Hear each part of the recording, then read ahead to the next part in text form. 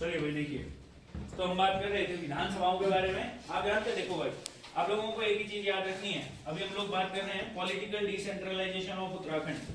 जैसे हम लोग बोलते हैं सर उत्तराखंड का राजनीतिक विकेंद्रीकरण। राजनीतिक विकेंद्रीकरण इन द सेंस कि हमारे यहाँ पर वो राजनीति किस तरीके से चलती है, कैसी राजनीति होती है।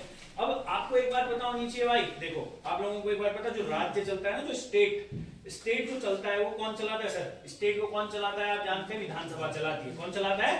विधानसभा। अब एक बात समझ आ, जैसे पूरा देश संसद चलाता है, हम जानते हैं पार्लियामेंट होती है, सेंट्रल गवर्नमेंट होती है, इतना सभी लोग जानते हैं हम। ऐसे ही करके सर जो हमारे पास राज्य होता है ना, जो हमारे पास स्टेट होता है, स्टेट के अंतर्गत जो स्टेट को रन करता है उसे हम लोग क्या बोलते हैं सर? स्टेट के अंतर्गत जो हमारे स्टेट जो रन करता है उसको क्या बोलते हैं हम लोग? विधानसभा। क्या बोलते हैं? बोलो विधानसभा। और बोला करो जब मैं बोलता हूँ बोलो, समझ में आया ना? उसके बाद आपको रिपीट करना है। तो समझो हमारे यहाँ पर को अगर हम विधानसभाओं के बारे में बात करेंगे तो आज हम एक बहुत ही इंपॉर्टेंट सी चीज पढ़ने जा रहे हैं। ध्यान से समझना, आज का लेक्चर थोड़ा ज्यादा इंपॉर्टेंट होगा।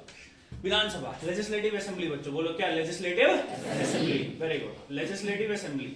तो अगर हम लेजिस्लेटिव असेंबली के बारे में बात करते हैं ना सर, तो सन 2000 में हमारा राज्य बना था। सन 2000 से लेकर के 2002 इसको बोलते हैं इंटरिम लेजिस्लेटिव असेंबली। बोलो इसको क्या बोलते हैं? Interim legislative assembly. अब सर ये इंटरिम क्या होता है, कैसा होता है, ये हम पहले डिस्कस कर चुके हैं। जब आप पुराने लेक्चर देखेंगे तो आपको बहुत अच्छे तरीके से समझ में आ जाएगा कि इंटरिम 2 ही साल के लिए क्यों चला, इंटरिम विधानसभा क्या होती है। This you will come to know. फिर आप एक बात जानते हैं ना सर, कोई भी विधानसभा, कोई भी विधायक हो, उनका कार्यकाल कितने साल का होता है? 5 साल का होता है। अब इस बात को समझना, ये इंटरिम लेजिस्लेटिव असेंबली थी और यह पहली विधानसभा थी। It was the first legislative assembly. ये कौन सी लेजिस्लेटिव असेंबली थी? First legislative assembly. उसके बाद आप जानते हैं 2007 से लेकर के 2012 तक ये कौन सी लेजिस्लेटिव असेंबली होगी? दूसरी विधानसभा होगी। It was the second legislative assembly sir. ये दूसरी विधानसभा है। समझ में आ रहा है मैंने क्या बोला? यही हम पढ़ चुके हैं लास्ट लेक्चर में। आज हम बात करने वाले हैं तीसरी विधानसभा के बारे में, जिसका कार्यकाल 2012 से लेकर के 2017 तक रहा। इसको हम लोग बोलते हैं तीसरी विधानसभा। ठीक है, तीसरी विधानसभा के बारे में आज हम थोड़ा सा बात करने वाले हैं। ठीक हो गया? ये थोड़ा ज्यादा इंपॉर्टेंट है, इसको बहुत अच्छे तरीके से आपको यहाँ पर को देखना है। एक क्वेश्चन 101% यहाँ से आपको मिलता है, तो देखिएगा बहुत अच्छे तरीके से समझते हैं। देखो बच्चों, so will be discussing upon third legislative assembly of Uttarakhand. क्या बात करने वाले हैं आज हम? Third legislative assembly of Uttarakhand. Third legislative assembly of Uttarakhand. Third legislative assembly of Uttarakhand. Uttarakhand की तीसरी विधानसभा। उत्तराखंड की तीसरी विधानसभा। उत्तराखंड की तीसरी विधानसभा के बारे में आज हम बात करने वाले हैं। आप एक बात जानते हैं, जब भी अगर हम विधानसभाओं की बात करते हैं तो जो हमारी गवर्नमेंट फॉर्म होती है वो विधानसभा में होती है। हमारे राज्य के अंतर्गत अगर हम देखेंगे 70 सीटें हैं। विधानसभा में कितनी सीटें हैं? 70। ये सभी लोग जानते हैं। विधानसभा लेजिस्लेटिव असेंबली में 70 सीटें हैं। 70 सीटों में से जो 50% प्लस 1 सीट लाएगा वह पार्टी अपनी गवर्नमेंट फॉर्म करेगी। ये हर बार ही होता है। समझ में आ रहा है ना? अगर हम यूपी की बात करते हैं तो जैसे 403 है वहां, और 403 की अगर हम लोग बात करेंगे भाई, जो 203 सीटें लाएगा, मतलब 403, 404 ही ले लो, उसको एक बढ़ा के ले लेते। 404 का आधा कितना हुआ? 202। 202 प्लस 1 203। तो राज्य के अंतर्गत जो विधानसभा होती है, विधानसभा से अगर 50% सीट लाए तो हम अपनी क्या बनाएंगे? सरकार। अब हम एक बात जानते हैं, जो तृतीय विधानसभा थी हमारे राज्य में, जो टोटल सीटें हैं वो 70 सीटें हैं। कितनी 70 सीटें हैं? 70। मगर यहाँ पर कोई बहुत ही अच्छी चीज हुई, जो एक तीसरी विधानसभा थी, टोटल जो सीट्स थी, अब ध्यान सुनते जाना बहुत अच्छे तरीके से। Total seat 70। इन 70 सीटों में से आपको याद रखना है 32 ही सीटें जीती थी कांग्रेस। कौन सी पार्टी जीती थी सीटें? कांग्रेस। 32 सीटें जीती थी और 31 सीटें जीती थी बीजेपी। कौन जीती थी?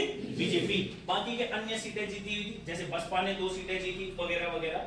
अब आप जानते हैं हमारे यहाँ पर को गवर्नमेंट जो बनती है, जो सरकार बनती है, वो कितने में बनती है सर? 36 सीटों में। 36 सीटों में सरकार बन जाती है। कितनी सीटों में सरकार बनती है? 36 सीटों में सरकार बनती है। अभी हमारे यहाँ पर को कितनी सीटें? अभी 36 सीटें हैं भाई किसी के पास? नहीं। तो देखो दो अलग अलग चीजें होती है, जैसे हम लोग बोलते हैं ना पूर्ण बहुमत, कंप्लीट मेजोरिटी। बोलो क्या बोला मैंने आपको? पूर्ण बहुमत, कंप्लीट मेजोरिटी। जैसे अभी 70 सीट्स हैं, 2022 के जो इलेक्शन हुए थे, बीजेपी है 70 सीट में से अभी इनके पास 56 सीटें बीजेपी के पास। कितनी सीटें हैं? 56 सीटें हैं बीजेपी के पास। अब इनको कोई नहीं ला सकता, ये जो मन चाहे वो करेंगे। अगर अभी पुष्कर सिंह धामी जी उपचुनाव जीत गए तो ये 57 हो जाएंगे। फिर अभी 56 सीटें बीजेपी के पास, पुष्कर सिंह धामी जी लड़ रहे अभी, हमारे पता है आप लोगों को, चंपावत सीट से। तो कितनी सीटें हो जाएंगी? फिर 57 हो जाएंगी। तो इन लोगों के पास पूर्ण बहुमत है, इसको बोलते हैं कंप्लीट मेजोरिटी। कंप्लीट मेजोरिटी मतलब क्या हुआ? जब 50% से कई ज्यादा हो। समझ में आया मैंने क्या बोला? बट यहां पर वो कंप्लीट मेजोरिटी किसी के पास भी नहीं है, और जब कंप्लीट मेजोरिटी नहीं होती है, जब पूर्ण बहुमत नहीं होता है, तो उस समय बनाई जाती है कोएलिशन गवर्नमेंट, जिसे हम बोलते हैं गठबंधन की सरकार। बोलो किसकी सरकार बनाते हैं? गठबंधन की सरकार। गठबंधन की सरकार मतलब है कि जो पार्टी अपने बहुमत के निकट होगी, वह दूसरे विधायकों से बात करके उन विधायकों को अपने दल में शामिल करेंगे और फिर अपनी सरकार बनाएंगे धूमधाम से। समझ में आया क्या कहा? कांग्रेस के पास अभी 32 सीट्स हैं, बीजेपी के पास 31 है। प्रोबेबिलिटी तो दोनों की है, बट मेन बात यह होती है कि कौन किस तरीके का व्यक्ति है। और देखो इसमें ना एक बहुत इंपॉर्टेंट रोल प्ले करता है सेंट्रल गवर्नमेंट। कौन सी गवर्नमेंट रोल प्ले करती है? केंद्र में सरकार किसकी है? केंद्र में अगर जिसकी सरकार होगी वो मजबूत आदमी है, सिंपल सी बात है। समझ में आ रहा है ना? तो अभी तुम देखो हमारे यहाँ पर मोदी जी आए 2014 में, मोदी जी कब आए? 2014 में। यहाँ इलेक्शन कब हो रहे? तीसरी विधानसभा के 2012। तो अभी सेंटर में कौन है? कांग्रेस। सेंटर में कौन है? जो बीजेपी का कार्यकाल अभी तक जो चल रहा है वो 2014 तक चला। 2014 से पहले जो सेंटर थी वहां पर वो कौन सी सरकार थी? कांग्रेस। तो इस समय में पलड़ा भारी किसका होगा? कांग्रेस का। तो आपको याद रखना है तीसरी विधानसभा में कांग्रेस ने धूमधाम से अपनी सरकार बनाई। Congress formed it's government. Congress formed government. अब ध्यान से सुनना मैंने क्या बताया आप लोगों को, ठीक है? कांग्रेस ने अपनी सरकार बनाई, बहुत अच्छे तरीके से समझते रहना। कांग्रेस ने अपनी सरकार बनाई, कुल मिलाकर के कांग्रेस जो थी इसने 3-4 विधायकों को कहीं से अपने दल में शामिल किया और बहुमत दिखा दिया कि भाई ये सारे लोग, मतलब क्या है ना, जैसे मान लो बहुमत की मतलब समझते हो, जैसे तुम सारे लोग हो, मैंने तुम सबको गिना, समझ में आ रहा है ना? मैंने बोला बहुमत मतलब तुम सारे का 50% +1 होनी चाहिए। अब जैसे क्या किया होगा कांग्रेस वालों ने, 70 लोग होंगे, हाथ खड़ा करो, बोल कौन कौन बना चाहता कांग्रेस की सरकार? वहां कांग्रेस के पार्टी वाले तो करेंगे, मगर कांग्रेस ने जिससे बात करी होगी, भाई मंत्रालय देंगे, बोल तुमको पैसा देंगे मोटा वाला। समझ में क्या किया? हाथ खड़ा करना बोल वहां पर विधानसभा में। समझ में मैंने क्या कहा? तो सारे लोगों ने हाथ खड़ा कर दिया, बन गई सरकार किसकी? कांग्रेस की। मगर एक बात तो तुम समझ रहे हो ना, जिस आदमी से कहा पैसा देंगे बोल तुमको, है जिस आदमी से क्या कहा होगा, भाई तुम्ही को मिलेगा मंत्रालय, तुम्हें होगा जो हमारे। समझ में आ रहा है मैं क्या कह रहा हूँ? ना सरकार बना नहीं भाई उस समय तो इसका एक बात बताओ, मतलब है मुझको, मैंने कहा भाई तू ये बोल जो है, समझ में क्या कह रहा हूँ? कांग्रेस वाली पार्टी वालों ने क्या कहा होगा जो इनके साथ आए होंगे सरकार बनाने के लिए, भाई तू ये बोल जो, तो कुल मिलाकर के वो आदमी सर में चढ़ जाएगा, चढ़ेगा कि नहीं चढ़ेगा?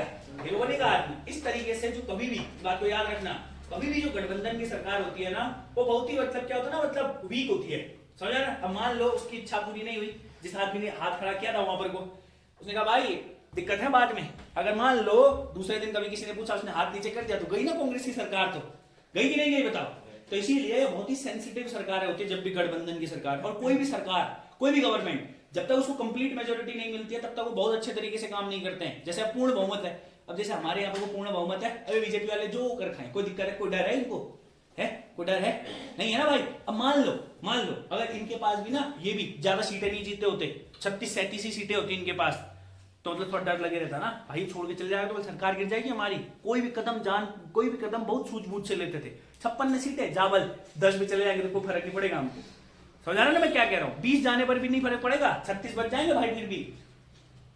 समझ रहे हो ना मैं क्या कह रहा हूँ? तो सुनो, यहाँ पर वो बहुत ही मजेदार चीज बनती है। अब ध्यान से सुनना, यहाँ पर कोई बहुत ही बढ़िया सी कहानी आएगी, आपके लिए क्वेश्चन निकालेंगे। जहां पर मैं क्वेश्चन है बोलता हूँ, चीजों को समझते हुए चलो, ध्यान से समझिएगा, ठीक हो गया ना? चलो बड़ा आगे की ओर। पहले 2-3 पॉइंट है जो हम आज तक बेसिक करते आए हैं, समझ में आ रहा है? मैंने आपको पहली विधानसभा में बताए थे, आप लोगों को इस बात को याद रखना है, ध्यान से सुनिएगा। कभी भी बच्चों देखो, जो लोग नए उनको एक थोड़ा सा पॉइंट सताएगा, प्रोटेम स्पीकर। अब ध्यान समझना भाई, ये पिछले लेक्चर्स में बहुत बढ़िया तरीके से समझा कि प्रोटेम स्पीकर कौन होता है। अब एक बार प्रीवियस लेक्चर्स देख लीजिएगा तो आपको समझ में आ जाएगा कि तृतीय विधानसभा में प्रोटेम स्पीकर कौन बना। तो आपको याद रखना है शैलेंद्र सिंघल। कौन याद रखना है आपको? शैलेंद्र सिंघल। ये थोड़ा सा अच्छे पेपरों के लिए इंपॉर्टेंट होगा। शैलेंद्र सिंघल यहाँ पर वो प्रोटेम स्पीकर बने।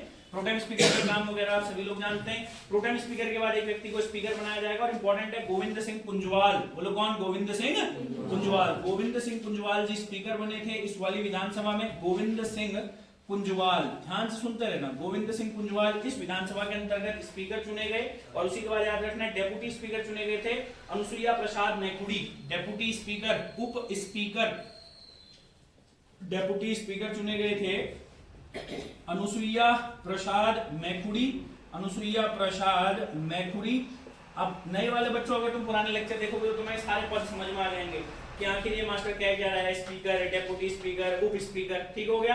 अब एक और व्यक्ति होता है लीडर ऑफ अपोजिशन। तो आपको याद रखना है। अच्छा एक बात बताओ, अपोजिशन में कौन सी वाली पार्टी होगी? फिर बीजेपी होगी भाई। कांग्रेस सरकार बना रही है, अपोजिशन के लिए वैसे तो 10% सीटें चाहिए होती है, इनके पास तो 30 सीटें जो है। और आपको याद रखना है बीजेपी के नेता अजय भट्ट इस समय में लीडर ऑफ अपोजिशन थे। अब देखो ना ये क्यों इंपॉर्टेंट है, जैसे मैं आपको बताता हूं, हर विधानसभा का डेप्यूटी स्पीकर, प्रोटेम स्पीकर इसलिए इंपॉर्टेंट है, सिंपल, कांस्टेबल के पेपर में ऐसे डायरेक्ट क्वेश्चन एग्जामिनर नहीं बनाएगा, ज्यादा डिटेल हो जाएगा तो ऐसा नहीं पूछेगा तृतीय विधानसभा में स्पीकर कौन थे, तृतीय विधानसभा में प्रोटेम स्पीकर कौन थे, बट हाँ एसआई के पेपर में ऐसा क्वेश्चन पूछ सकता है। समझ में आ रहा है ना? एसआई और पटवारी के पेपर में ऐसा क्वेश्चन पूछ सकता है कि तृतीय विधानसभा के अंतर्गत protem speaker, speaker, deputy speaker, विपक्ष के नेता, लीडर ऑफ अपोजिशन मतलब होता है विपक्ष का नेता। बोलो क्या होता है? विपक्ष का नेता। लीडर ऑफ अपोजिशन का मतलब होता है विपक्ष का नेता। चलो इतना सभी लोगों को समझ में आ गया। अब ये थोड़े से फैक्ट हैं। अब ये होते कौन है भाई, मैं इस पर ज्यादा जोर नहीं दे रहा हूं अभी, क्योंकि मैं पहले समझा चुका हूं, फिर मैं इसको समझाऊंगा तो फिर और 15-20 मिनट खर्च होंगे। ठीक है, ये हम पहले डिस्कस कर चुके हैं। यही सुविधा होगी करके वीडियो लेक्चर्स लिखे जाते हैं। ठीक हो गया ना? आप लोग अगर स्टार्टिंग से नहीं आ पा रहे थे, किसी दिन एब्सेंट थे, तो आप पुराने लेक्चर देख लें करके। समझ में आ रहा है ना? चलिए, ताकि हमारा टाइम ज्यादा वेस्ट ना हो। अब आते हैं बहुत ही अच्छा क्वेश्चन। अब बहुत अच्छे तरीके से ध्यान से सुनना। एक बहुत बढ़िया सी मैं कहानी बताता हूँ तुम लोगों को, ये थोड़ा इंपॉर्टेंट है, ये वाला सभी लोगों को समझ में आएगा। अब बिल्कुल ध्यान से समझना, ठीक है भाई? देखो अब यहां पर से याद भी रखनी है चीजें, ठीक है? अब जब भी चुनाव होते हैं, आप जानते हो मुख्यमंत्री बनाया जाता है, बनाया जाएगा नहीं बनाया जाता है? अरे भाई जो पार्टी सरकार बनाएगी उस पार्टी का अपना एक क्या होता है? मुख्यमंत्री। उस पार्टी का अपना एक क्या होता है? सीएम। क्या होता है सर? सीएम। जब इसके चुनाव हुए ना तो 2012 में सीएम बनाए गए थे विजय बहुगुणा। कौन बनाए गए थे? विजय बहुगुणा। ध्यान समझना, अब है इंपॉर्टेंट चीज है, ये तो ठीक ही हो गया, कोई दिक्कत नहीं है। अब आते हैं मेन पॉइंट। हाँ, 2012 के अंतर्गत सीएम बनाए गए थे विजय बहुगुणा। कौन बनाए गए थे? विजय बहुगुणा। बहुत अच्छे तरीके से समझते रहना, कुछ बहुत बढ़िया से पॉइंट आएंगे यहाँ पर। 2012 में सीएम बनाए गए। 2012 में मुख्यमंत्री बनाए गए थे हमारे यहाँ पर को विजय बहुगुणा। ठीक हो गया? बढ़िया। विजय बहुगुणा कांग्रेस के हैं, आप सभी लोग जानते हैं। विजय बहुगुणा अपनी सरकार चला रहे थे, कोई दिक्कत नहीं हो रही थी, बढ़िया हो रहा था। ठीक हो गया ना? मगर हम एक बात जानते हैं, बहुत अच्छे तरीके से समझना, 2013 के अंतर्गत आई केदारनाथ आपदा। सभी लोग जानते हो कब आई? 2013। तो वो पता आपदा ना, आपदा का जो मतलब हमारे राज्य की अगर हम बात करेंगे तो हमारे यहाँ पर को आपदा से मतलब बहुत सारी चीजें खतरनाक हैं। तो पता है जब भी हमारे यहाँ आपदा होती है, चाहे कोई भी आपदा के बारे में बात करें, हमारे यहाँ पर वो आपदा का प्रबंधन बहुत अच्छा नहीं है। समझ में आ रहा है मैंने क्या बोला? जब हमारे यहाँ आपदा आई थी ना, 16-17 जून केदारनाथ आपदा आई, हम सभी लोग जानते हैं 16 और 17 जून को आई।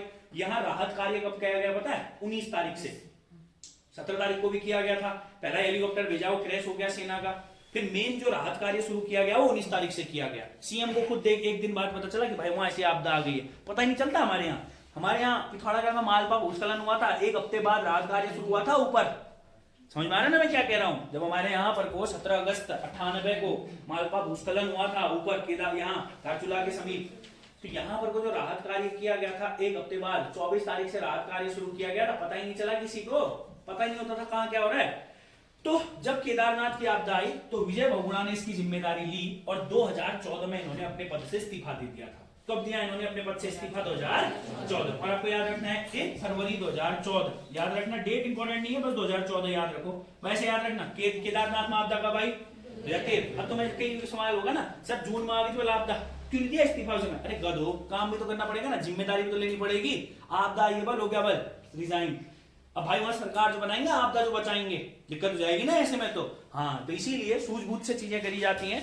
2014 में इन्होंने अपने पद से इस्तीफा दिया और 2014 में उत्तराखंड के अगले मुख्यमंत्री बनते हरीश रावत जी हमारे। कौन बनते हैं? हरीश रावत जी। 2014 के अंतर्गत जो सीएम बनते हैं वो बनते हैं हरीश रावत। अब ध्यान समझना, यहाँ पर से एक तो बहुत अच्छे क्वेश्चन बनेंगे, मैं जो आप लोगों को बता रहा हूँ। हरीश रावत जी बनते कब बनते हैं? 1 फरवरी 2014। ठीक हो गया ना? मुख्यमंत्री बनते हैं हमारे हरीश रावत।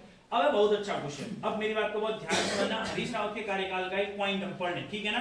मुख्यमंत्री में यहीं पर को लिखूंगा। हरीश रावत के समय में एक इंपॉर्टेंट ट्रेजेडी हुई थी उत्तराखंड के अंतर्गत, ये बहुत ही इंपॉर्टेंट है। हम जानते हैं राष्ट्रपति शासन, और ये सबसे इंपॉर्टेंट क्वेश्चन, हर पेपर में तुम्हें राष्ट्रपति शासन दिखेगा, हर दूसरे पेपर में। कांस्टेबल के पेपर में मैं कह रहा हूँ 99% चांस से पेपर में आएगा।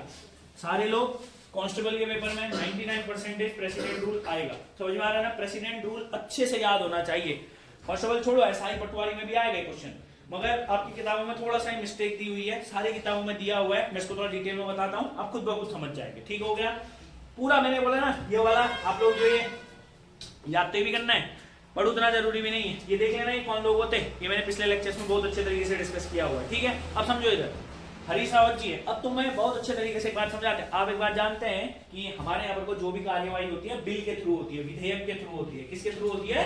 विधेयक के थ्रू होती है। बिल होते हैं हमारे यहाँ पर को, ध्यान सुनना। जैसे आपको एक बात पता होनी चाहिए, जब हमारे यहाँ बजट लाया जाता है ना, बजट जब हमारे यहाँ क्या लाया जाता है सर?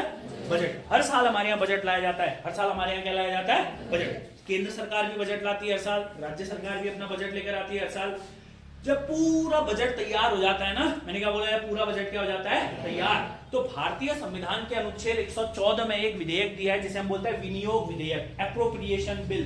बोलो कौन सा बिल बोलते हैं? Appropriation bill. जैसे तुम बोलते हो खर्चा आएगा बल, अप्रोक्स इतना आएगा, इतने पैसे ले जा बल, बोलते हो घर पे। जैसे मान लो कोई भी है, कितना खर्चा आएगा बल? लगभग लगभग इतना खर्चा आएगा, बोलते हैं हमेशा। अरे गधो बोलते हैं ना हमेशा। हाँ, तो ध्यान से सुनना।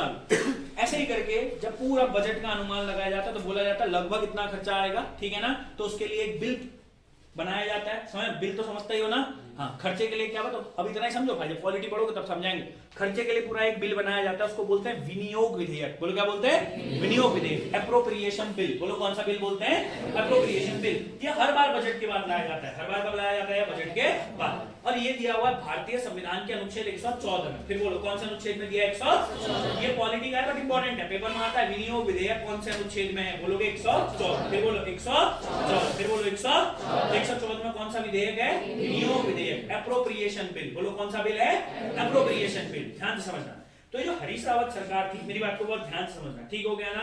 18 मार्च 2016, ध्यान से सुनिएगा, 18 मार्च 2016 हरीश रावत रहे। उसके बाद तो 18 मार्च 2016 को हरीश रावत की सरकार, वही है देखो, क्योंकि फरवरी में बजट सेशन शुरू हो जाता है, फरवरी में बजट सत्र शुरू हो जाता है।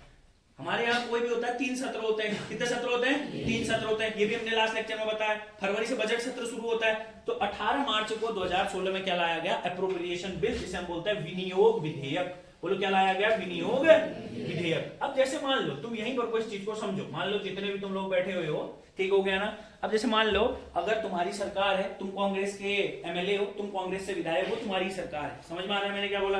तो तुम जो भी विधेयक लाएंगे तुम्हें उसका सपोर्ट करना है, अपोज करना है? सपोर्ट करोगे ना भाई। अच्छा एक और चीज ना देखो, जब संसद होती है, जो विधानसभा होती है, कोई भी व्यक्ति, ध्यान समझना, कोई भी व्यक्ति अगर अपनी पार्टी के खिलाफ जाता है, अच्छा मान लो जैसे तुम हो, समझ में आ रहा है, तुम किसी पार्टी के हो, अगर तुम अपनी पार्टी के विरोध में जा रहे हो, दूसरी पार्टी के सपोर्ट में जा रहे हो, दोनों बात एक ही है ना। अपनी पार्टी का विरोध करना है, दूसरी पार्टी का सपोर्ट करना, दोनों अलग अलग शब्द हैं, मगर मतलब तो एक ही निकलता है। तुमने दूसरी पार्टी का सपोर्ट किया, इसका मतलब उसका विरोध हो गया। इसका विरोध कर रहे हो, इसका मतलब तुम किसी और का सपोर्ट करोगे, यही तो होगा। इस वाले टर्म को ध्यान समझना, ये बस पेपर में आता है, दिमाग में रखना। इसको बोलते हैं भारतीय संसदीय प्रणाली में क्रॉसिंग द फ्लोर। क्या बोलते हैं? Crossing the floor. Crossing the floor का मतलब क्या होता है? अपनी पार्टी को घुस करना, अपनी पार्टी का सपोर्ट ना करना, दूसरी पार्टी का सपोर्ट करना। अब देखो, जब ये विनियोग विधेयक लाया गया है, एप्रोप्रिएशन बिल, अब ये इंपॉर्टेंट है कि नहीं है? एप्रोप्रिएशन बिल, मैंने आपको बताया एप्रोप्रिएशन का मतलब क्या होता है? विनियोग विधेयक बजट के बाद लाया जाता है। कौन से में दिया हुआ है? संविधान के अनुच्छेद 114 में दिया हुआ है। एआरटी का मतलब होता है आर्टिकल, एआरटी मतलब बोले तो आर्टिकल, आर्टिकल 114 में दिया गया है। अब सुनो, जो विनियोग विधेयक था ना, कांग्रेस के 9 विधायकों ने इसका अपोज किया। कांग्रेस के 9 विधायकों ने इसको सपोर्ट ही नहीं किया। कांग्रेस के कितने विधायकों ने सपोर्ट नहीं किया? ध्यान से सुनना, कांग्रेस के 9 विधायकों ने इसका सपोर्ट नहीं किया। अब वही ना मैंने क्या बताया था तुम्हें अंत में, क्या मैंने तो स्टार्टिंग में क्या बताया था? अगर हल्का सा भी पैसों में कहीं भी चीज में अगर नोकझोंक हो गई तो सरकार गई, क्योंकि तुम तो हाथ खड़ा कर दे, बोला जो कहेगा वही करेंगे बल बाद में। अभी तो कर हाथ खड़ा, ऊपर तो कर, है ना, बाद में बल। उस समय बोला था तुमने हाथ खड़ा करो, अब तो तुम कह रहे हो बोल जाओ यहाँ से, ऐसे कैसे चलेगा बल? इन 9 ने कहा भाई हमने बल ये विधेयक में हम साइन नहीं करेंगे बल कांग्रेस वालों से, हमने बल तुम्हारे साथ। तो उस समय में स्पीकर, अब देखो स्पीकर कौन है? गोविंद सिंह कुंजवाल। स्पीकर का मतलब होता है जैसे तुम सब हो, तुम सब विधायक हो, तुम्हारा स्पीकर हो, मान लो, समझ में आ रहा है ना। जो सदन का अध्यक्ष होता है उसी को स्पीकर बोलते हैं। सदन के अध्यक्ष को क्या बोलते हैं? और सदन के अध्यक्ष के पास ये पावर होती है कि अगर कोई भी व्यक्ति अपनी पार्टी के विपरीत जा रहा है, कोई भी पार्टी अपने के कहां जा रहा है, तो याद रखना भारतीय संविधान की अनुसूची 10 में एक प्रावधान है जिसे हम बोलते हैं दल बदल कानून। बोलो कौन सा कानून बोलते हैं? दल बदल कानून, जिसे हम बोलते हैं एंटी डिफेक्शन लॉ। कौन सा लॉ बोलते हैं? Anti defection law. तो अनुसूची 10 के तहत इन 9 पर गोविंद सिंह कुंजवाल ने एंटी डिफेक्शन लॉ लगा दिया। इनसे बोला कि तुमने अपना दल बदला है, तुम डिस्क्वालीफाई। दल बदल कानून में क्या होता पता तुम्हें? जैसे मान लो तुम हो, जैसे मान लो मैं ही हूं, मान लो मैं हूं, मैंने 2022 में चुनाव लड़े, समझ में आ रहा है मैंने क्या बोला? मैंने चुनाव लड़ लिए, अब मैं हुआ कांग्रेस से जीत गया मैं आदमी, है ना, मगर सरकार बनी बीजेपी, मैंने कहा नहीं रहना मैं कांग्रेस और तुम्हारे साथ, मैं जा रहा हूँ बीजेपी में। कहाँ जा रहा हूँ मैं अपना दल बदलूंगा, मैं कहाँ जाऊंगा, बीजेपी में जाऊंगा। और आपको एक बहुत अच्छा पॉइंट याद रखना है, जैसे ही मैं बीजेपी में गया तो मेरी सारी पावर खत्म, मैं जहां से जीता हूँ वो सीट भी घुस, समझे मैंने क्या बोला, मतलब फिर मैं एक सामान्य व्यक्ति रह जाऊंगा। इसको बोलते हैं दल बदल कानून। बोलो क्या बोलते हैं, दल बदल कानून। दल बदल कानून मतलब तुमने अपना दल बदला, तुम खत्म। समझ में आया मैंने क्या बोला। तो इन 9 विधायकों पर कुंजवाल ने लगाया दल बदल कानून। अब थोड़ी सी स्टोरी सुनो। कुंजवाल ने लगाया दल बदल कानून और इनसे बोला कि तुम डिस्क्वालीफाई, तुम क्या हो गए, डिस्क्वालीफाई। अब तुम खुद देखो भाई, कांग्रेस 2 धनी तो सरकार बना रही है, भले भले बेचारे अपनी सरकार बना रहे, 9 एक ही साथ छोड़कर चले गए। मैंने क्या बोला, 9 एक ही साथ छोड़कर चले गए। और आपको याद रखना है बीजेपी ने क्या किया पता है, बीजेपी ने उन 9 विधायकों को पकड़ा और चले गए राज्यपाल के पास। के पॉल थे समय राज्यपाल, बोला अभी होगा हमारे पास सरकार। बीजेपी का कितने है, 31, 9 चले गए, यहाँ कितने हो गए, 40। अब बनाए हम सरकार बनाएंगे, बल ये फर्जी लोग है कांग्रेस वाले, सरकार बनाएंगे हम बल, है ना। के पॉल ने बोला, के पॉल क्या बोलेगा, इन 9 को कहाँ ला रहा बल, ये तो खत्म हो गए ना। क्या बोला मैंने आप लोगों को, मतलब क्या है, बीजेपी वाले ना हीरो बने। तुम्हें पता है 9 लोगों के पास तो कोई भी पावर रहेगी, अरे 9 लोगों के पास कोई पावर रहेगी, नहीं रहेगी। समझ में आ रहा है मैंने क्या बोला। तो आप लोगों को याद रखना है, बहुत अच्छे तरीके से ध्यान से समझना जो आप लोगों को बता रहा हूं, वो भी नहीं हुआ सक्सेस। क्योंकि मैंने क्या बोला, वो 9 लोग तो खत्म हो गए ना, वो 9 लोगों की सीट भी गई, वो 9 लोगों की क्या भी गई, सीट भी गई। अब बीजेपी ने सोचा क्या पता हल्का ट्राई मार लेते, बोले एक बार ट्राई मारने में क्या जा रहा है, मगर भाई राज्यपाल को तो पता है ना, इन पर तो दल बदल कानून लगाए हुए, ये तो खत्म हो गए, तो 9 विधायकों को मान्य नहीं रखा। समझ में आया मैंने क्या बोला। अब ध्यान से सुनना आगे को क्या होता है। और इसी तरीके से आपको बहुत अच्छे तरीके से समझना है। 28 मार्च 2016, मैंने क्या बोला, 28 मार्च 2016, थोड़ा सा एक टर्म को आप लोगों ने समझना है। जो राज्यपाल होते हैं, राज्यपाल आप जानते हैं राज्य के अंतर्गत पहला व्यक्ति होता है। राज्यपाल राज्य के अंतर्गत क्या होता है, पहला व्यक्ति होता है। ऐसा कहते हैं कि जो समय राज्यपाल थे के पॉल ने हरीश रावत से कहा कि भैया फ्लोर टेस्ट साबित करो। फ्लोर टेस्ट का मतलब क्या होता है, फ्लोर का मतलब होता है जमीनी स्तर पर, फ्लोर टेस्ट में यही होता है, जैसे तुम बैठे हो यहाँ पर, वही हाथ खड़ा करो वाला, समझ आ रहा है मैंने क्या बोला। अगर हाथ खड़ा करो बोलेंगे 50% आ गए तो फ्लोर टेस्ट में क्या हो गया, वो पार्टी पास हो गई। अगर 50% नहीं आए तो फ्लोर टेस्ट में वो पार्टी क्या हो गई, खत्म हो गई। समझ में आ रहा है ना। तो जब फ्लोर टेस्ट करने को कहा, तो कुछ लोग कहते हैं कि फ्लोर टेस्ट कर भी दिया था, मगर उससे पहले ही केंद्र सरकार ने क्या लगा दिया, राष्ट्रपति शासन लगा दिया। क्या लगा दिया, राष्ट्रपति शासन। और आपको याद रखना है, राज्य के अंतर्गत एक बार पहली बार ही राष्ट्रपति शासन लगा 27 मार्च 2016 को। कब लगा, 27 मार्च 2016 को। अब मुझे बस एक पॉइंट बताओ, हमारे यहाँ पर को राष्ट्रपति शासन लगने का कारण तुम्हें समझ में आया, अरे गधो, हाँ कारण समझ में आया तुम्हें कि आखिर यह राष्ट्रपति शासन क्यों लगा। राष्ट्रपति शासन के पीछे कारण वही था भाई, बड़ी मुश्किल से तो इनने सरकार बनाई थी, है ना। अगर धूमधाम से सरकार बनाई होती तो कोई दिक्कत ही नहीं थी, जैसे अभी बीजेपी ने बनाई है। ये विचारों ने तो बड़ी मुश्किल से तोड़ मरोड़ कर सरकार बनाई थी, उसमें भी 9 चल दिए। तो ये क्वेश्चन गजब का इंपॉर्टेंट है, आपके पेपर में 99% प्रोबेबिलिटी है पेपर में आएगा। आपको ये याद करना है, राज्य के अंतर्गत राष्ट्रपति शासन कब लगा, बोलो कब लगा राष्ट्रपति शासन, 27 मार्च 2016। सही लगे, 27 मार्च 2016। अब एक बात समझना, 2-3 इंपॉर्टेंट क्वेश्चन राष्ट्रपति शासन के बारे में, मेरी बात को ध्यान से समझना, ठीक है, ध्यान से सुनिएगा। जो राष्ट्रपति शासन है ये एक प्रकार की इमरजेंसी होती है। बोलो एक प्रकार का क्या होता है, इमरजेंसी। जब आप भारतीय संविधान पढ़ेंगे तो भारतीय संविधान के भाग 18 के अंतर्गत, बोलो कौन से भाग के अंतर्गत, भाग 18 के अंतर्गत 3 प्रकार की इमरजेंसी दी हुई है, राष्ट्रीय आपातकाल, राज्य आपातकाल और वित्तीय आपातकाल। क्या बोला मैंने आप लोगों को, राष्ट्रीय आपातकाल, राज्य आपातकाल, वित्तीय आपातकाल। इंग्लिश में बोलेंगे तो नेशनल इमरजेंसी, स्टेट इमरजेंसी और फाइनेंशियल इमरजेंसी। आर्टिकल देखो, इस बात को याद रखो, 3 टाइप की इमरजेंसी होती है। कितने टाइप की इमरजेंसी होती है, 3 टाइप की इमरजेंसी होती है। इमरजेंसी बोले तो आपातकाल, इमरजेंसी बोले तो आपातकाल। भारत के संविधान में आपातकाल जर्मनी से लिया गया, बच्चों कहां से लिया गया है, जर्मनी से लिया गया है। वीमार कॉन्स्टिट्यूशन होता है यहाँ का। भारत के संविधान में जो आपातकाल के प्रावधान है वो जर्मनी से लिए गए हैं। 3 प्रकार का आपातकाल होता है। सबसे इंपॉर्टेंट होता है राष्ट्रीय आपातकाल, नेशनल इमरजेंसी। बोलो क्या, नेशनल इमरजेंसी, राष्ट्रीय आपातकाल। दूसरा होता है स्टेट इमरजेंसी, राज्य आपातकाल। और राज्य में तभी आपातकाल लगता है जब राज्य की संवैधानिक संस्था फेल हो जाती है। मतलब वही है, जब कभी भी कोई भी व्यक्ति 50% की सीट से कहां जाता है, नीचे आ जाता है। समझ में आ रहा है। मान लो अभी क्या, अभी अगर 30-35 कांग्रेस के लोग छोड़ देते, बीजेपी के पार्टी छोड़ देते हैं, समझ में कोई अनहोनी हो जाती, 30-35 निकालनी, बल रहना ही नहीं तुम्हारे साथ, अब भी सरकार गिर जाएगी।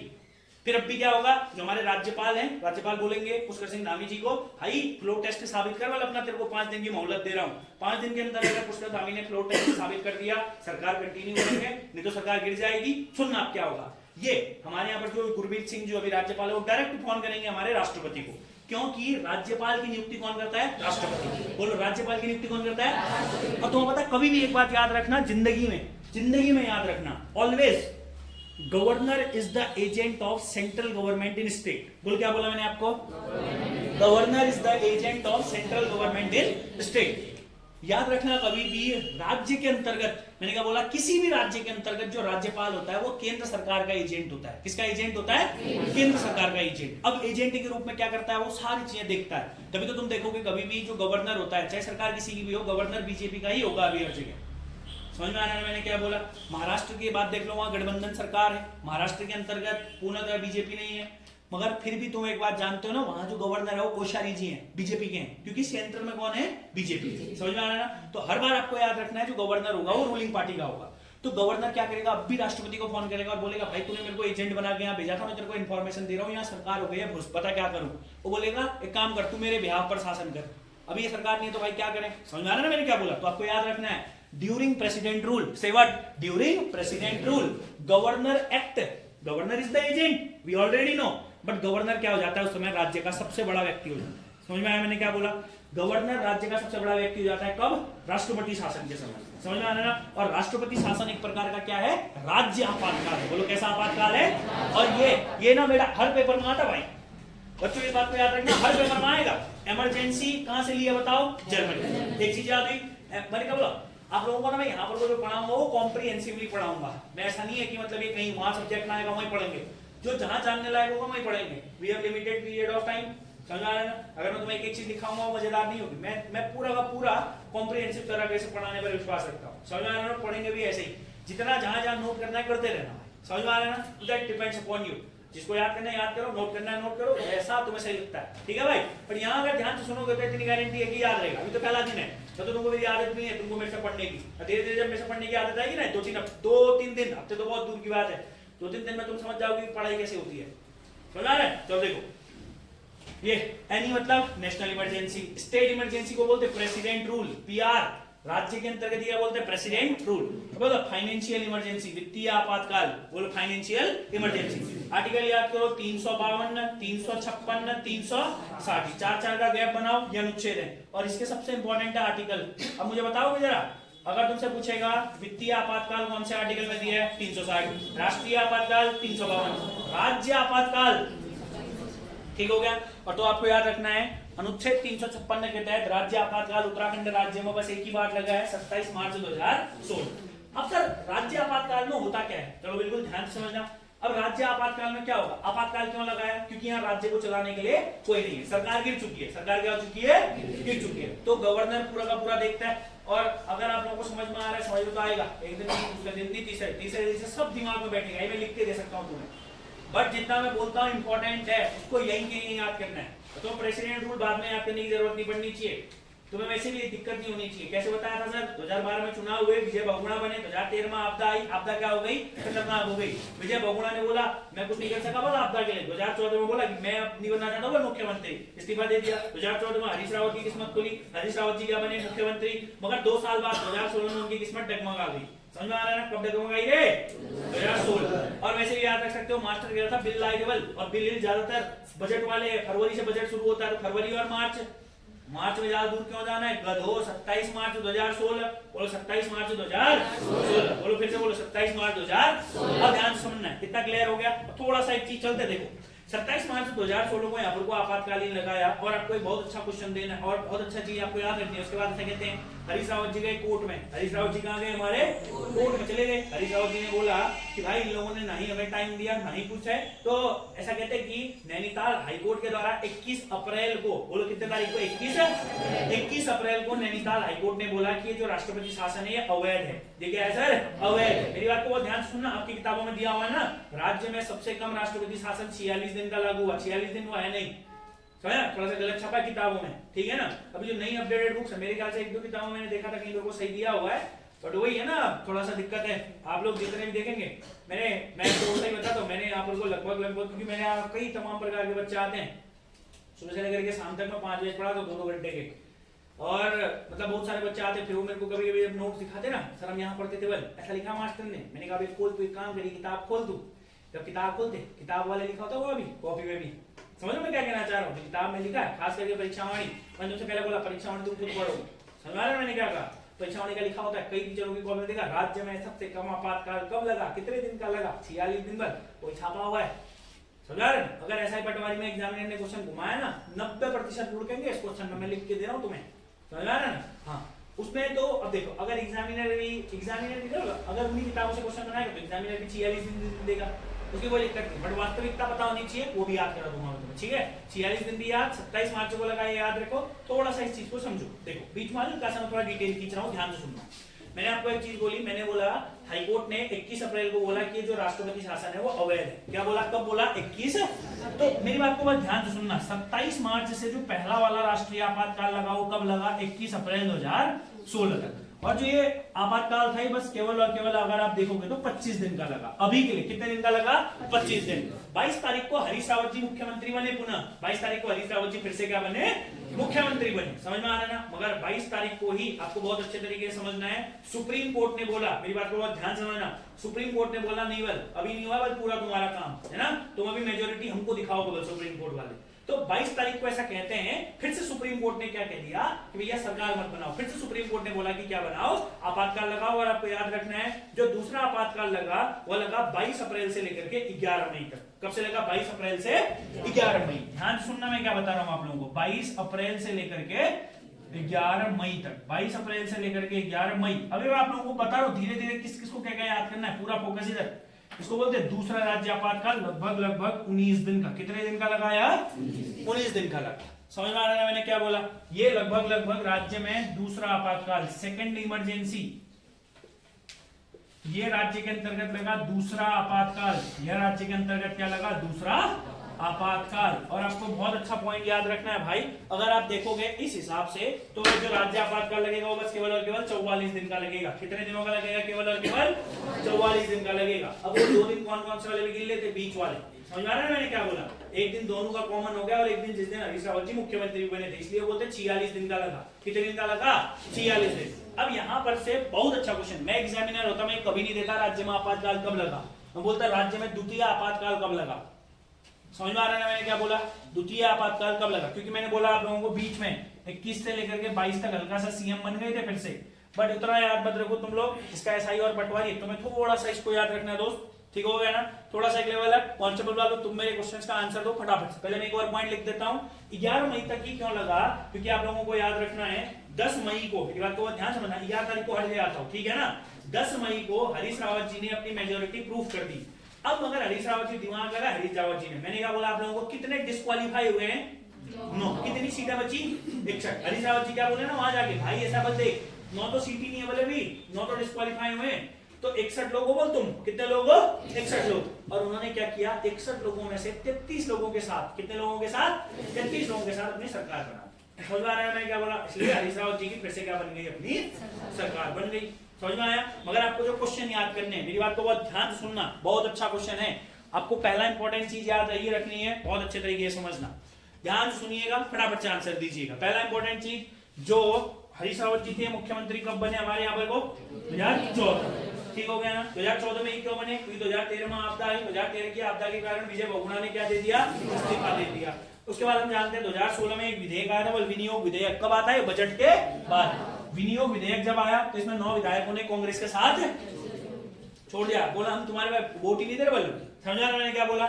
उसी के चक्कर में 27 मार्च 2016 को राज्य के अंतर्गत क्या लग गया, राष्ट्रपति शासन। और मैंने अभी अभी तुमको बताया राष्ट्रपति शासन क्या होता है सर, सर ये एक प्रकार की इमरजेंसी है। सर कहां से आई, भारतीय संविधान में दी है। सर भारतीय संविधान में कितनी इमरजेंसी है, 3। भारतीय जो संविधान है आपको पता है, the constitution of India is prepared after reading the constitution of 60 countries.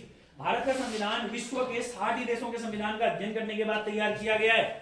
तो हमारे भारत के संविधान के अंतर्गत जितने भी प्रावधान है वो किसी न किसी देश से लिए गए, समझ में आ रहा है ना, बहुत सारे प्रावधान। तो इसी तरीके से इमरजेंसी हमने जर्मनी से लिया है।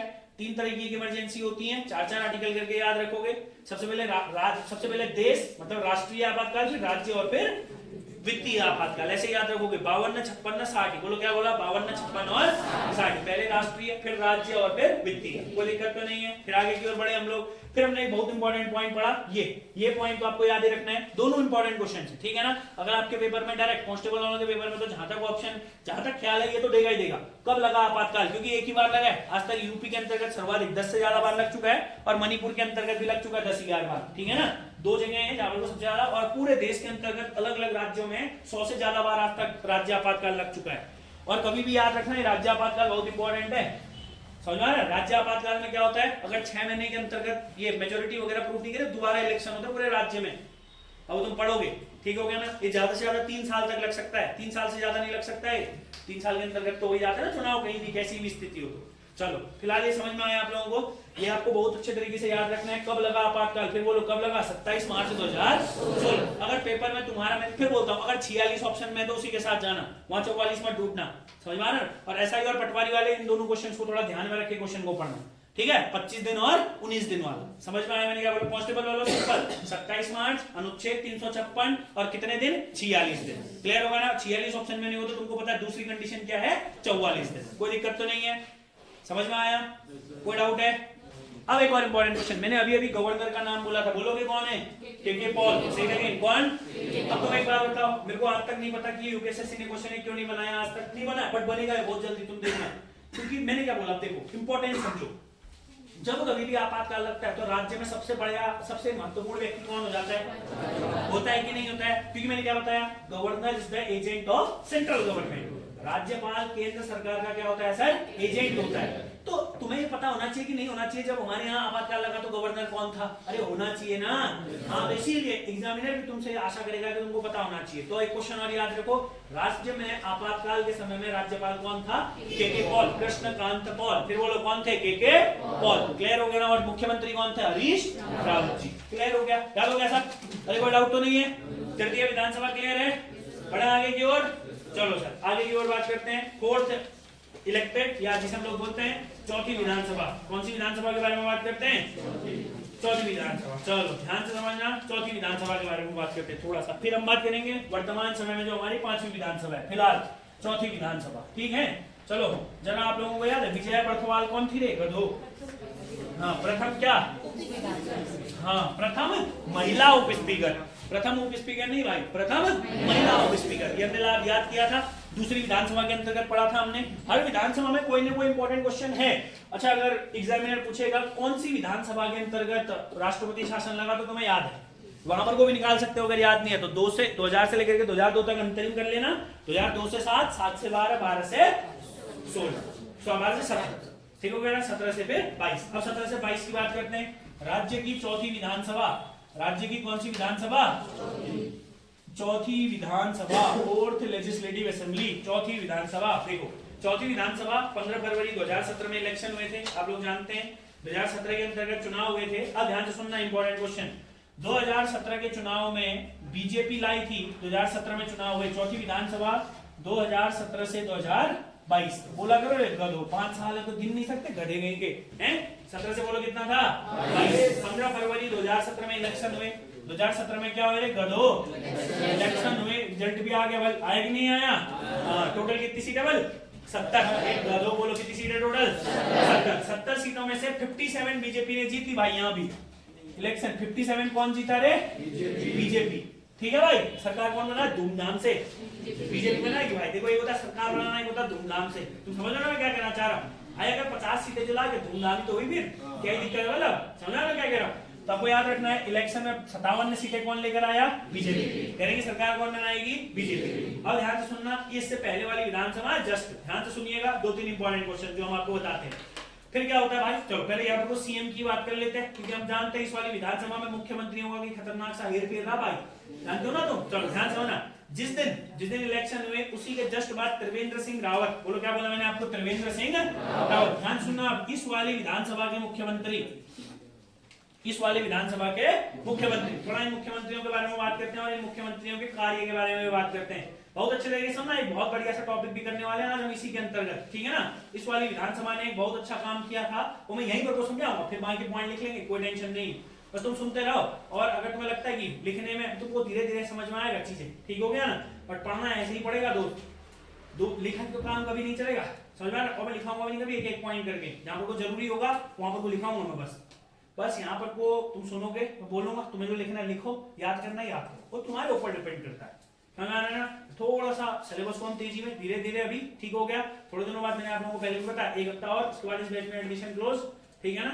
फिर उसके बाद स्पीड इंक्रीज, ठीक है? चलो फिलहाल देखो, जो अगर वो मुख्यमंत्री होते हैं, ध्यान सुनिएगा, और ये मैं आपको पहले बता चुका हूँ, जैसे बैचेस बनते हैं ना, जैसे ना तुम बताया उत्तराखंड पुलिस आ रही भाई 6-7 महीने से चल रहे बैचेस, अब जो पहले से पढ़ रहे हैं, ठीक है, वो कहीं ना कहीं तुमसे थोड़ा सा तो आगे होंगे, इस बात को तो तुम भी समझते हो, समझ आ रहा है? और दूसरा इंपॉर्टेंट चीज, जिसने अभी अभी स्टार्ट किया हुआ है, अब धीरे धीरे तुम लोगों को पता भाई 4-5 महीने में पुलिस का भी हो जाना, पटवारी भी हो जाना, एसआई भी हो जाना, इस साल तक हो जाना है ना? तो मेरे पास जितना टाइम है मैं उसी हिसाब से सिलेबस को कंप्लीट करूंगा, सिलेबस बहुत ज्यादा है, फिलहाल को लगेगा कि स्पीड बढ़ानी चाहिए, स्पीड भी बढ़ाए, इसीलिए थोड़ा सा आदत में रहो पढ़ने की, ठीक है दोस्त? चलो देखो, अब जानते हैं 18 मार्च को कौन बने हमारे यहाँ पर को मुख्यमंत्री? त्रिवेंद्र सिंह रावत। मेरी बात को बहुत ध्यान समझना, 18 मार्च कब हुए इलेक्शन? 2017।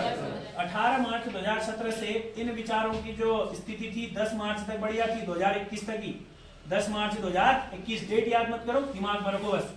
इस काल में जो सीएम है वो कौन है? त्रिवेंद्र सिंह रावत, जानते तुम त्रिवेंद्र सिंह रावत, बहुत इंपॉर्टेंट व्यक्ति थे। अब ध्यान से समझना भाई, उसके बाद जैसे ही इनका थोड़ा सा डगमगाया, मजा नहीं आया, तो आपको याद रखना है 10 मार्च 2021 को तीरथ सिंह रावत, बोलो किसको लाया गया? तीरथ सिंह रावत। 10 मार्च 2021 से लेकर के जुलाई तक हमारे यहाँ पर जो थे वह थे तीरथ सिंह रावत, बोलो कौन थे? तीरथ सिंह रावत, इंपॉर्टेंट आदमी, थोड़े से उतरे नहीं थे। अब देखो एक बात तुम खुद देखो, कभी भी ना जो भी ऐसे सीएम बनता, तीरथ सिंह रावत लोकसभा में है, कहाँ है अभी?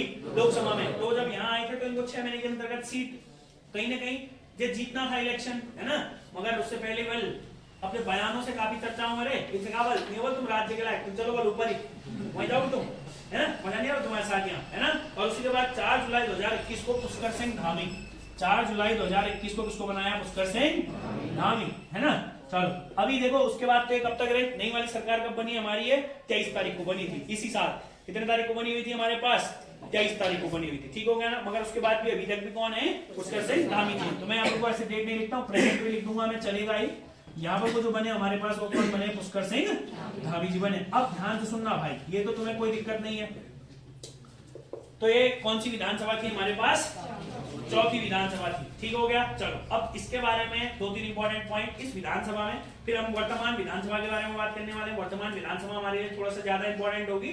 फिलहाल के लिए जो चौथी विधानसभा है, इससे रिलेटेड 1-2 इंपॉर्टेंट क्वेश्चन जो आप लोगों को ऑलरेडी याद होने चाहिए थे, मैं आप लोगों को थोड़ा सा 1-2 इंपॉर्टेंट क्वेश्चन याद बता दे रहा हूँ, ध्यान से सुनना भाई, ठीक है ना?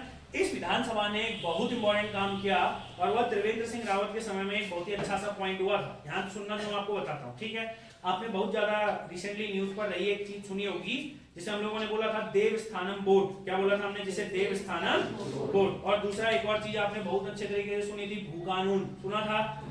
अरे सुना था रे, देवस्थानम बोर्ड और भू कानून बहुत ज्यादा न्यूज पर रहा था।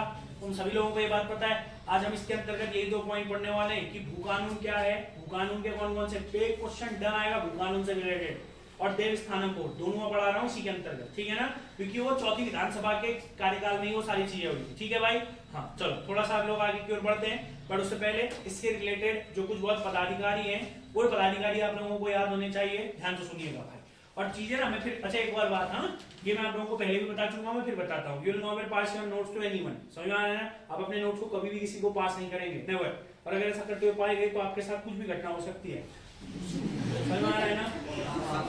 ये चेतावनी समझो, धमकी समझो, जो समझ लो। समझ में आ रहा है मैंने क्या बोला? इसका खामियाजा मैं पहले भी भुगत चुका हूँ, ठीक हो गया ना? तो यही कारण है कि मैं प्रिंटेड नोट सब नहीं देता हूँ, नहीं तो भी तुम्हारे पास, सबके पास एक बुकलेट होती, तुम बस समझ रहे होते, जो जो तुमने लिखना था वो बुकलेट में लिखते तुम, है ना? बहुत अच्छी फैसिलिटी थी मेरे यहाँ पे। फिर थोड़ा सा गड़बड़ी हो गई, हमने कहा कि हम नहीं करेंगे हमेशा, है ना? फिर हमको अकल आ गई थी थोड़ा सा, ये थोड़ा सा गड़बड़, इसीलिए तो फिर हमने एक नया तरीका निकाला कि अब हम वीडियोस दे देते हैं, ठीक है ना? इसको देखना है वहां से देखिए, पुराना है जितना भी है वो लिख लीजिए, ठीक है भाई? चलिए अब सुनिएगा, ऐसा है असाइनमेंट हो गए, ये नोट्स हो गए भाई, है ना? कहना भी नहीं बोला मामा मास्टर ऐसा लिखाता है, कहना नहीं किसी से, ठीक है ना? अपना पढ़ो, सिलेक्शन लेना लो, तो चुपचाप घर में कॉपी को रखो, है ना? बात खत्म करो भाई। चलो फिलहाल देखो अभी तक दो तीन इंपॉर्टेंट पॉइंट इससे रिलेटेड है। इस वाली विधानसभा में जो स्पीकर थे वो थे हमारे पास प्रेमचंद्र अग्रवाल। कौन थे स्पीकर? प्रेमचंद्र अग्रवाल। स्पीकर थे हमारे पास प्रेमचंद्र अग्रवाल। स्पीकर थे प्रेमचंद्र अग्रवाल। स्पीकर कौन थे? प्रेमचंद्र अग्रवाल। मगर इसके बाद जो अभी विधानसभा है ना वो तो आपको याद होना चाहिए, ये भले याद मत करो कोई दिक्कत नहीं है। डेप्यूटी स्पीकर थे रघुनाथ सिंह चौहान। कौन थे deputy speaker? Raghunath Singh Chauhan. Deputy speaker थे चौहान साहब, रघुनाथ सिंह चौहान। रघुनाथ सिंह चौहान, रघुनाथ चौहान याद रख लेना। अच्छा एक और स्पीकर होता है जिसको हम बोलते हैं प्रोटेम स्पीकर। इससे पहले वाली विधानसभा में Harvansh Kapoor protem speaker. Protem speaker कौन थे? हरवंश कपूर। प्रोटेम स्पीकर थे हमारे यहाँ पर को हरवंश कपूर। हरवंश कपूर। और आप एक और बात जानते हैं, ये वाले जिसको क्लियर हो रहे ठीक ही है, ये पुराने लेक्चर्स में फिर याद दिला दे रहा हूँ। एक और व्यक्ति होता है जैसे ना जो सीएम होता है, आपको ये पता है मैंने आपको बताया था, इसी को बोलते हैं सदन का नेता। सदन का नेता कौन होता है? सीएम होता है।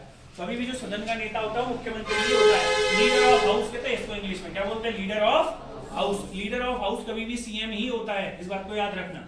अब एक आदमी होता है जिसे हम लोग बोलते हैं लीडर ऑफ अपोजिशन, विपक्ष का नेता। बोलो किसका नेता? विपक्ष का नेता। तो आपको एक अच्छा पॉइंट याद रखना है, यहाँ पर को विपक्ष के नेता इंदिरा हृदय थी, मगर आप जानते हैं कि इंदिरा हृदय 13 जून 2021 को उनकी क्या हो गई थी?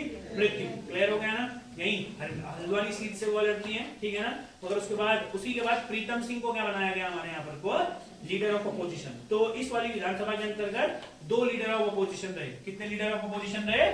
2 लीडर ऑफ अपोजिशन रहे। 2 लीडर ऑफ, सिंपल लिख देता हूं मैं, leader of opposition. Leader of opposition जिसे हम बोलते हैं विपक्ष का नेता। हिंदी वाले लिखेंगे विपक्ष का नेता। पहले कौन थे विपक्ष के नेता? इंदिरा हृदय। जानते हैं आप, बहुत ही इंपॉर्टेंट लीडर थी कांग्रेस की इंदिरा हृदय। जब इनकी मृत्यु हुई थी 13 जून 2021, ये भी आया पेपर में, कब मृत्यु वाली? 13 जून 2021। और उसके बाद प्रीतम सिंह को बनाया गया। किसको बनाया गया? प्रीतम सिंह। चलिए इतना समझ में आ गया आप लोगों को। अब हम बात करते हैं इस विधानसभा के अंतर्गत हुए महत्वपूर्ण कार्य। इस विधानसभा के अंतर्गत हुए महत्वपूर्ण कार्य जो 2 चीजें हमारे पास बहुत न्यूज पर हैं, थोड़ा सा इन चीजों के बारे में बात करते हैं। अब इसको थोड़ा सा बिल्कुल ध्यान से समझना जो मैं आप लोगों को बता रहा हूं, ठीक हो गया दोस्त? अच्छे तरीके से समझना। पहला इंपॉर्टेंट चीज, इस विधानसभा के अंतर्गत 2-3 बहुत बढ़िया चीजें, ठीक है? बहुत अच्छे तरीके से समझना और बढ़िया क्वेश्चन भी बनते हैं यहाँ से। हम 2 टॉपिक्स पढ़ रहे हैं इस विधानसभा के अंतर्गत। एक है हमारे पास भू कानून जिसे हम लोग बोलते हैं लैंड लॉ, और एक है देवस्थानम बोर्ड, क्योंकि न्यूज पर है, आपको ये वैसे भी पता होनी चाहिए, ठीक है? यहाँ के लिए देवस्थानम बोर्ड क्या है, और अगर हम बात करेंगे दूसरा भू कानून क्या है। चलिए थोड़ा सा इन दोनों पॉइंट्स को समझते हैं, ये आपको समझ में आ गया। फिर हमारे पास जो रिसेंट विधानसभा है 5वीं विधानसभा, क्योंकि उसमें हमें सारी चीजें पढ़ने हैं, उसके मंत्री भी पढ़ने हैं, कौन कौन से भी लोग, 10 लोग मंत्री हैं, कौन कौन से पास किस किस का मंत्रालय है ना? रितु खंडूरी जी हमारे यहाँ पर वो क्या बनी हुई है? पहली महिला स्पीकर बनी है, उनके बारे में भी पढ़ेंगे। बंशीधर भगत प्रोटेम स्पीकर रहे, उनके बारे में भी पढ़ेंगे। और कुछ बहुत इलेक्शन के आंकड़े, सबसे ज्यादा वोटिंग, सबसे कम वोटिंग 2022 की, क्योंकि एक क्वेश्चन डन आएगा यहाँ से रिलेटेड। हाँ चलो समझते हैं थोड़ा सा। हाँ 2-3 बढ़िया से पॉइंट, आप बस चीजों को समझिए और याद करिए, ठीक है? इस विधानसभा के 2 चीजें बहुत इंपॉर्टेंट थी। पहला इंपॉर्टेंट जो थी उसे हम लोग बोलते हैं देवस्थानम बोर्ड। बोलो क्या बोलते हैं? देवस्थानम। अब बहुत अच्छे तरीके से समझना है। देखो अगर हम बात करते हैं ना देवस्थानम की, अगर हम बात करते हैं देवस्थानम की, देवस्थानम का मतलब क्या है? देव मतलब आप समझते हैं भगवानों से संबंधित है, स्थान का मतलब क्या है? प्लेस। स्थान का मतलब क्या है? प्लेस, जगह। जैसे ना जितने भी हमारे यहाँ पर बड़े बड़े तीर्थ हैं, चाहे आप वैष्णो देवी की बात करें, अमरनाथ यात्रा के बारे में बात करें, वहां अपने अपने क्या होते हैं भैया? बोर्ड होते हैं। वहां अपने अपने क्या होते हैं? बोर्ड होते हैं। अब मेरी बात को बहुत ध्यान समझना जो मैं आपको बता रहा हूं। अब ऐसे ही करके इसी की तर्ज पर जैसे वैष्णो देवी में अपना देवस्थानम बोर्ड होता है, समझ आ रहा है ना? जो भी हमारे पास बड़े बड़े धाम होते हैं। अब हम बस उत्तराखंड की बात करने वाले हैं, क्योंकि उत्तराखंड सरकार ने भी इन्हीं बड़े बड़े धामों की तर्ज पर उत्तराखंड में जो छोटा 4 धाम है, को समझना, हमारे उत्तराखंड में जो बद्रीनाथ, केदारनाथ, यमुनोत्री, गंगोत्री हैं, ये जो 4 मंदिर हैं इनको बोलते हैं छोटा 4 धाम। क्या बोलते हैं इनको? छोटा 4 धाम। और जो मुख्य 4 धाम है तो भारत के चारों कोनों में, समझ में आ रहा है ना? उत्तर भारत में, दक्षिण भारत में, पूर्व भारत में, पश्चिम भारत में, वो हो गया मेन 4 धाम। जो उत्तराखंड के अंतर्गत है कौन सा 4 धाम हो गया? छोटा 4 धाम, ठीक हो गया ना? तो ये छोटा 4 धाम के लिए ही, इन्हीं छोटा 4 धाम के लिए उत्तराखंड सरकार बनाना चाह रही थी एक देवस्थानम बोर्ड। क्या बनाना चाह रही थी? एक देवस्थानम बोर्ड। मेरी बात को बहुत ध्यान से बनना, फिर बोलो क्या बनाना चाह रही थी? एक देवस्थानम बोर्ड बनाना चाह रही थी। और इस जब ये देवस्थानम बोर्ड बनता ना, मेरी बात को बहुत ध्यान से बनना, क्यों हो रहा था इसका विरोध? बीच में आप लोगों ने देखा था कि देवस्थानम बोर्ड को भंग करो, समझ में आ रहा ना, बहुत सारे ऐसी चीजें थी। आखिर क्या था ये देवस्थानम बोर्ड, देखो बहुत अच्छे तरीके से समझना, पूरा बिल्कुल प्राचीन काल से ले चल रहे हैं देवस्थानम बोर्ड। अगर हम प्राचीन काल की बात करते हैं, ध्यान से बस सुनते रहना, जैसे आपको लिखना वैसे लिखिए, बट अभी फिलहाल सुनिएगा। प्राचीन काल बोले तो जैसे हम लोग बोलते हैं एंशिएंट पीरियड, यानी कि जो एंशिएंट टाइम होता है हमारा, प्राचीन जो काल था। अगर हम बहुत पुराना काल देखेंगे, राजाओं का काल देखिए चाहे आप, ठीक है ना, तो जो राजाओं का काल हुआ करता था, राजाओं के काल में जो हमारे यहाँ पर को मंदिर हुआ करते थे, इन पूरे के पूरे जो मंदिर होते थे, इनका जो कर्ता धर्ता होता था वो कुल मिलाकर के राजा होता था। कौन होता था सर? राजा होता था। चाहे आप राजा के कार्यकाल में देखें, यानी कि चाहे आप बहुत पुराना, अगर आप ब्रह्मपुर राजवंश में देखें, कत्यूरी काल में देखें, उसके बाद मध्यकालीन इतिहास चंद और पवार के समय में देखें, ठीक हो गया, सारा का सारा जो मंदिर का हेड हुआ करता था वो कौन हुआ करता था? राजा। राजा की देख रेख में ही मंदिर के सारे कार्य होते थे। चाहे आप गोरखा काल में देखिए, समझ में आ रहा है ना, जब गोरखा काल में 1803 में भीषण भूकंप आया, समझा, तो गंगोत्री मंदिर का निर्माण अमर सिंह थापा ने किया 1807 के अंतर्गत दोबारा से। तो कुल मिलाकर के जो इनका कार्यभार संभालता था वो कौन संभालता था? राजा। उसके बाद आए हमारे अंग्रेज, ancient and medieval, ancient and medieval, प्राचीन और मध्यकालीन समय में। कब की बात कर रहे हैं? प्राचीन और मध्यकालीन समय में, प्राचीन और मध्यकालीन समय में, मेडिवल, प्राचीन और मध्यकालीन समय में पूरा का पूरा राजा संभालता था। फिर आओ ब्रिटिश रूल, यानी कि अंग्रेजी काल में, ये मंदिरों की बात कर रहे हैं, याद रखना, अंग्रेजी काल की अगर हम बात करेंगे, ब्रिटिश एरा, कौन से एरा की बात करेंगे? British era. ध्यान समझना भाई, ब्रिटिश एरा के अंतर्गत आप जानते हैं हमारे यहाँ पर वो जो कुमाऊं के अंतर्गत पूरा का पूरा शासन चलता था, वो एक ही व्यक्ति चलाता था, जिसे हम बोलते थे कुमाऊं का कमिश्नर। क्या बोलते थे? कुमाऊं का कमिश्नर। उत्तराखंड के मामले गवर्नर के अधीन नहीं थे, क्योंकि उत्तराखंड को नॉन रेगुलेटिंग एरिया घोषित किया गया था। Uttarakhand was declared as non regulating area, जिसे हम बोलते हैं गैर विनियमित क्षेत्र। और गैर विनियमित क्षेत्र का मतलब ये होता है जहां पर गवर्नर के कानून लागू नहीं होंगे। यहाँ के अपने कानून होते थे, जो कौन बनाता था? कुमाऊं का कमिश्नर। तो कुमाऊं के द्वितीय कमिश्नर कौन थे हमारे पास? ट्रेल साहब। क्लियर हो गया ना? 1816 से लेकर 1835 तक हमारे यहाँ पर कुमाऊं के द्वितीय कुमाऊं कमिश्नर थे जॉर्ज विलियम ट्रेल। ट्रेल साहब ने क्या किया था? ट्रेल साहब ने अपने समय में ही बद्री केदार समिति का गठन किया। किसका गठन किया था? बद्री केदार समिति। ध्यान सुनना, इंपॉर्टेंट क्वेश्चन। बद्री केदार समिति का गठन किया था। बद्री केदार समिति का क्या नाम होता था? बद्री केदार समिति का जो अध्यक्ष होता था वो भी कुमाऊं का कमिश्नर होता था। जो भी कुमाऊं का कमिश्नर होगा वो बद्री केदार समिति का क्या होगा?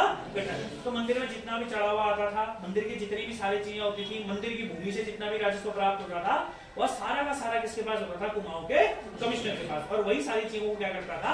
रेगुलेट करता था। कुमाऊं का कमिश्नर ही सारी चीजों को क्या करता था? नियंत्रित करता था। क्लियर हो गया ना? और सुचारू रूप से, ये अच्छा क्वेश्चन है, ध्यान समझना, सुचारू रूप से, वैसे तो ट्रेल ने स्टार्ट कर दिया था, मगर अगर कभी पेपर में आएगा तो आपको याद रखना है, सुचारू रूप से 1939 के अंतर्गत बद्री केदार समिति का फिर से गठन किया गया था। बद्री केदार समिति का क्या किया गया था? गठन किया गया था। अब इन दोनों गठनों में बहुत सारा अंतर है कि 1937 में भारत के अंतर्गत विधानसभा के हर जगह चुनाव हुए थे, तो संयुक्त प्रांत में भी हुए थे, है ना, जिसके यहाँ पर वो हमारे यहाँ पर वो गोविंद वल्लभ पंत पहले मुख्यमंत्री चुने गए थे 1937 के अंतर्गत। 1939 में बद्री केदार समिति का क्या किया गया सर? गठन किया गया। क्लियर हो गया ना? ये इसको हम लोग बोलते हैं बद्री केदार मंदिर समिति बोलते हैं इसको। बद्री केदार टेम्पल कमेटी, बद्री केदार मंदिर समिति, बद्री केदार मंदिर समिति का क्या किया गया? गठन किया गया। क्लियर हो गया ना? उसके बाद 2004 में, ध्यान समझना, अब आप थोड़ा आगे की ओर, ये तो ब्रिटिश काल हो गया पूरा। 2004 ये थोड़ा सा ज्यादा इंपॉर्टेंट है अच्छे पेपरों के लिए। 2004 के अंतर्गत चार धाम विकास परिषद का गठन किया गया। बोलो किसका गठन किया गया था? चार धाम विकास परिषद। ध्यान से सुनना भाई, चार धाम विकास परिषद का गठन किया गया। मैं अभी आपको बताऊंगा कौन कौन सा क्वेश्चन किस किस पेपर के लिए इंपॉर्टेंट है, फिलहाल के लिए आप समझिएगा।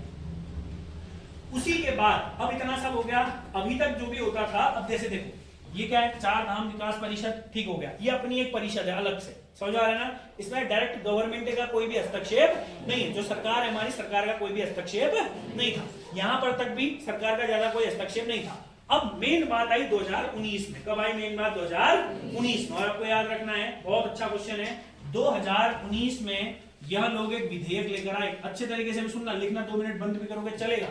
2019 के अंतर्गत उत्तराखंड राज्य देवस्थानम बोर्ड, मेरी बात को बहुत ध्यान समझना, बोलो क्या बोला? उत्तराखंड राज्य देवस्थानम बोर्ड, बोलो फिर बोलो, उत्तराखंड राज्य देवस्थानम बोर्ड अधिनियम, बोलो उत्तराखंड राज्य देवस्थानम बोर्ड अधिनियम पारित किया गया। इसको चलो फिलहाल के लिए इतना याद रखो, उत्तराखंड राज्य देवस्थानम बोर्ड अधिनियम, इसको हम लोग बोलेंगे Uttarakhand state Devasthanam board act, Uttarakhand state Devasthanam board act. इस अधिनियम को लाया गया 2019 में और यह अधिनियम उत्तराखंड की विधानसभा से पारित होता है 14 जनवरी 2020। ये बहुत इंपॉर्टेंट क्वेश्चन है, यह पारित कब हुआ बोला मैंने आपको, 14 जनवरी 2020। ये देखो 14 जनवरी 2020, 14 जनवरी वैसे भी याद ही रख सकते हो, समझ में आ रहा है। मकर संक्रांति की हर साल ही आप लोग जानते हो 14 जनवरी के अंतर्गत 14 जनवरी 2020 को इसको पारित किया गया। और मैं आपको बताऊं, ध्यान सुनना, इससे क्या हुआ ना, जितनी भी, अच्छा ये एक्ट है, इसमें कानून बनाए गए होंगे, ये क्या है, एक्ट है, इसमें क्या बनाए गए होंगे, कानून लाया 2020 में गया। और देखिए जनवरी के स्टार्टिंग में ये पास हुआ है, जनवरी के स्टार्टिंग में पास हुआ है। इसके तहत क्या किया तुम्हें मैं बताऊं, सबसे पहले सभी मंदिर समितियों को खत्म कर दिया, सभी मंदिर समितियों को क्या कर दिया, खत्म कर दिया। अरे मंदिर समिति आज की थोड़ी है भाई, मंदिर समिति तो देख लो कब से चली आ रही है। अरे समझ में आ रहा है ना मैंने क्या बोला, अब मंदिर समिति खत्म कर दी, इसका मतलब क्या है, मंदिर के अंतर्गत जितना भी चढ़ा हुआ, मंदिर के अंतर्गत जितनी भी सारी चीजें होंगी वह सब। और एक और इंपॉर्टेंट क्वेश्चन, ये उत्तराखंड राज्य देवस्थानम बोर्ड के तहत क्या कर दिया, मंदिर समिति को क्या कर दिया, घुस कर दिया और एक अलग बोर्ड बनाया, जितने भी मंदिर होंगे उन सबका एक ही बोर्ड बनाया, मंदिर समिति खत्म। इसी बोर्ड को तो बोलते हैं देवस्थानम बोर्ड, इसको क्या बोलते हैं, देवस्थानम बोर्ड। मतलब देवस्थानम बोर्ड का गठन, देवस्थानम बोर्ड का क्या किया, गठन किया। और तुम्हें एक बात बताएं, बोला इस देवस्थानम बोर्ड का जो अध्यक्ष होगा वो मुख्यमंत्री होगा। इसका मतलब क्या है इनडायरेक्टली, कि जितना भी चढ़ावा आएगा वो बोर्ड संभालेगा और बोर्ड का अध्यक्ष कौन होगा, मुख्यमंत्री। यानी कि जितना भी मंदिरों में चढ़ा हुआ आएगा वह सब डायरेक्टली किसका हो जाएगा, सरकार का हो जाएगा। किसका हो जाएगा सर, सरकार का हो जाएगा। समझ में आ रहा है मैंने क्या बोला। और एक और इंपॉर्टेंट क्वेश्चन आपको याद रखना है, एक बहुत अच्छा क्वेश्चन है, मैं एग्जाम में होता मैं ये पूछता, देवस्थानम बोर्ड का अगर अध्यक्ष पूछेगा तो कौन होता था, बोला मैंने आपको, मुख्यमंत्री। अगर पूछेगा सीईओ, चीफ एग्जीक्यूटिव ऑफिसर, तो आपको याद रखना है गढ़वाल कमिश्नर। गढ़वाल कमिश्नर बोला, देखो हमारे यहाँ दो डिवीजन है ना, एक कुमाऊं का कमिश्नर होता है और एक गढ़वाल का कमिश्नर होता है। बोला कि जो देवस्थानम बोर्ड का अध्यक्ष होगा वो कौन होगा, देवस्थानम बोर्ड का अध्यक्ष मुख्यमंत्री होगा। और बोला सीईओ कौन होगा, गढ़वाल का कमिश्नर होगा। समझ में आया। तो अब देखो क्वेश्चन, अभी चलो मैं क्वेश्चन बनाते हैं, ठीक है, इतना समझ में आया। और इसमें उत्तराखंड के टोटल जितने भी मेन मंदिर है, तुम जानते देवभूमि बल, हम तो जानते हो ना गधो, बहुत मंदिर हैं। इसके अंतर्गत 53 मंदिरों को शामिल किया गया था। कितने मंदिरों को शामिल किया गया था, 53 मंदिरों को शामिल किया गया था। बोला 53 मंदिरों का सारा कार्यभार कौन संभालेगा, हमारा ये देवस्थानम बोर्ड। अब एक दो पॉइंट सुनो, अब 1 मिनट के लिए इसको मैं कंप्लीट कर रहा हूँ, लिखना बंद करोगे तो 2 मिनट से सुन पाओगे। तुम्हें पता चला देवस्थानम बोर्ड क्या होता है, सबको पता चला। देवस्थानम बोर्ड का विरोध क्यों हो रहा था ये भी पता चला, क्योंकि सारा अब सरकार के हाथ में हो गया। तुम जानते हो बहुत अच्छा चढ़ा हुआ था सारे मंदिरों में, चाहे आप कहीं के भी मंदिर ले लीजिए, हरिद्वार के ले लीजिए, है ना, ऊपर उत्तरकाशी ले लो, रुद्रप्रयाग ले लो, चमोली ले लो, कहीं भी ले लो। समझ में आ रहा है मैंने क्या बोला। उसके बाद क्या होता है, ध्यान सुनना, जब हमारे यहाँ पर पुष्कर सिंह धामी जी बनते हैं ना, तो पुष्कर सिंह धामी जी सितंबर अक्टूबर में उन्होंने एक घोषणा करी, अभी धरातल पर नहीं आई ये घोषणा, सॉरी अभी धरातल पर नहीं आई ये घोषणा, मगर इन्होंने यह घोषणा करी कि हम इस देवस्थानम बोर्ड को भंग कर देंगे। क्या बोला मैंने आप लोगों को, पुष्कर सिंह धामी गवर्नमेंट ने घोषणा करी है कि हम इस देवस्थानम बोर्ड को क्या कर देंगे, भंग कर देंगे। भले अभी ये भंग नहीं हुआ है। पहला इंपॉर्टेंट पॉइंट समझ में आया। अब क्वेश्चन बनने वाले, अगर पूछेगा कि उत्तराखंड देवस्थानम बोर्ड अधिनियम कब लाया गया, तो आंसर होगा 2019। अधिनियम कब लाया गया, बोलो बोलो बोलो बोलो बोलो 2019। अधिनियम पारित कब हुआ, 14 जनवरी 2020। भूगुतिया तैयार होता है इस दिन, जानते तुम सब, एक खाते नहीं खाते घूमते उगते हैं, तुम भी घूमते हो, क्या खाओगे, 14 जनवरी 2020, 14 जनवरी 2020 याद रखना भाई। 14 जनवरी 2020 को यह अधिनियम क्या हुआ, पारित हुआ। अरे गधो क्या हुआ रे, पारित हुआ। किसी अधिनियम के तहत क्या बनाया है, कि देवस्थानम बोर्ड, मंदिर समितियां क्या कर दी, खत्म। और इस देवस्थानम बोर्ड का अध्यक्ष कौन था, चलो मेरा पहला क्वेश्चन, बताओ निम्नलिखित में से कौन देवस्थानम बोर्ड के प्रथम अध्यक्ष थे 2019 को, कौन था। अब तुम्हें यही याद होना चाहिए ना, ऐसे करते हो वहां भी क्वेश्चन। अब तुम खुद बताओगे, अब तुम एक बात सोचो, अब मैंने बोला त्रिवेंद्र सिंह रावत त्रिता को कब हटाया रे, 21वां हटा, है ना, इसीलिए इंपॉर्टेंट है ये। अब समझे क्यों इंपॉर्टेंट है ऐसे, तो बता रहा हूं मैं, ऐसे मुख्यमंत्री एक ऐसा क्वेश्चन पूछता हूं। अब अगर कांस्टेबल में क्वेश्चन आएगा, है इजी क्वेश्चन ना, अब तुम्हें याद हो गया ना, अब तुम्हें मुख्यमंत्री याद है, अरे है कि नहीं है गधो, तो तुम कर लोगे ना क्वेश्चन। हाँ ठीक है, बताओ फिर देवस्थानम बोर्ड का पहला अध्यक्ष। अब बताओ देवस्थानम बोर्ड के पहले सीईओ। अरे कई लोग फंस जाएंगे, गढ़वाल कमिश्नर याद थी भलम को, हाँ कौन है, रविनाथ रमन। अभी वर्तमान समय में कौन है हमारे पास? रविनाथ रमन। आपको याद रखना है, तो इसको याद रखना है, जो गढ़वाल कमिश्नर होते हैं वो सीईओ थे, और पहले जो थे वो थे इसके रविनाथ रमन। बोलो कौन थे? रविनाथ रमन। हाँ, अब याद हो जाएगा?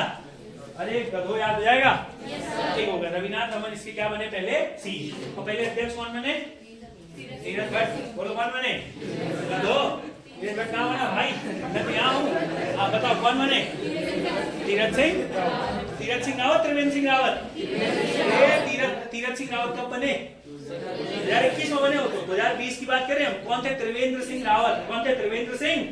चलो भाई, देवस्थानम बोर्ड कंप्लीट हुआ, समझ में आया? कितने मंदिर है इसमें? 53 मंदिर है। 53 टेम्पल्स आर देयर। ठीक है, मंदिर समितियां हैं अभी नहीं है सर।